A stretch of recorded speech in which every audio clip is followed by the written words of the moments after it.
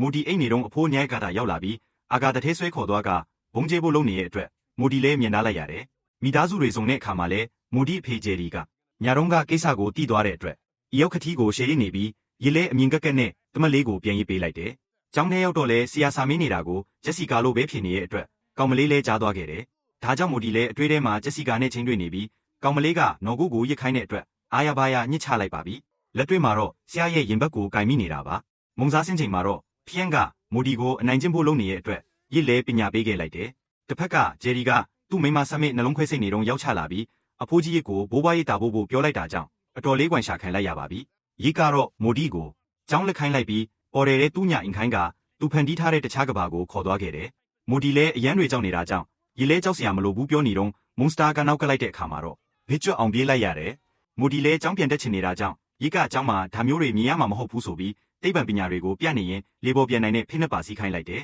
။ဒါကြောင့်မိုဒီလည်းစီးပြီးတာနဲ့လမ်းလျှောက်လိုက်ပေမဲ့၆ထဲကျသွားခဲ့ပြီးရစ်ကဖိနပ် system ကိုမဖွင့်ရသေးပါဘူး။တစ်ဖက်ကလင်မယားနှစ်ယောက်ကတော့ရန်ဖြစ်နေကြပြီးစမစ်ကတော့သူမရဲ့အဖေကိုဘိုးဘွားရစ်တာမပို့ဖို့တားနေတော့တာပါ။အဲ့အချိန်ဘာဂျီနာကမိုဒီရဲ့မိဘတွေကျောင်းအုပ်ကြီးယုံခန်းကိုချက်ချင်းလာဖို့ခေါ်ချလိုက်တယ်။တစ်ဖက်ကမိုဒီကတော့ရစ်ဆေးထိုးလိုက်လို့ခြေထောက်ကျိုးသွားတာကြောင့်အဖိုးကိုမကောင်းဆိုးဝါးလို့ပါအော်ပြောလိုက်တယ်။ဒါကြောင့်ရစ်လဲပေါ်တဲ့ဖွင့်ကအိမ်မဆေးပြန်ယူလိုက်ပြီးအုံဖွားကောင်းတိုင်းရှိစေဆေးကိုထိုးပေးလိုက်တယ်။မိုဒီလဲပျော်နေခဲ့ပြီးရစ်ကတော့သူဟာအနာဂတ်ကဘာကိုခီးသွားခဲ့ပြီးအဲ့ကဘာမှာမအိုဆေးတောင်ရှိနေတဲ့အကြောင်းပြောပြလိုက်တယ်။အဲ့အချိန်ကျောင်းပြန်သွားဖို့တတိယလာတာကြောင့်ရစ်ကတော့အစိပေးလိုက်ပြီးအိမ်ပြန်ရောက်ရင်အပင်ပေါက်လာဖို့အစိကိုဖော်ကင်နဲ့ထည့်သိမ်းထားဖို့ဆေးထိုးနေခဲ့ပြီးအဲ့အချိန်တစ်ဖက်မှာတော့မိုဒီရဲ့မိဘတွေကကျောင်းကိုရောက်လာပြီးကျောင်းအုပ်ကြီးကဘာတွေပြောမလဲဆိုတာကိုတော့ဒွန်းဟတ်တယ်လီဂီယန် channel မှာစက်ကြည့်လို့ရပါတယ်နော်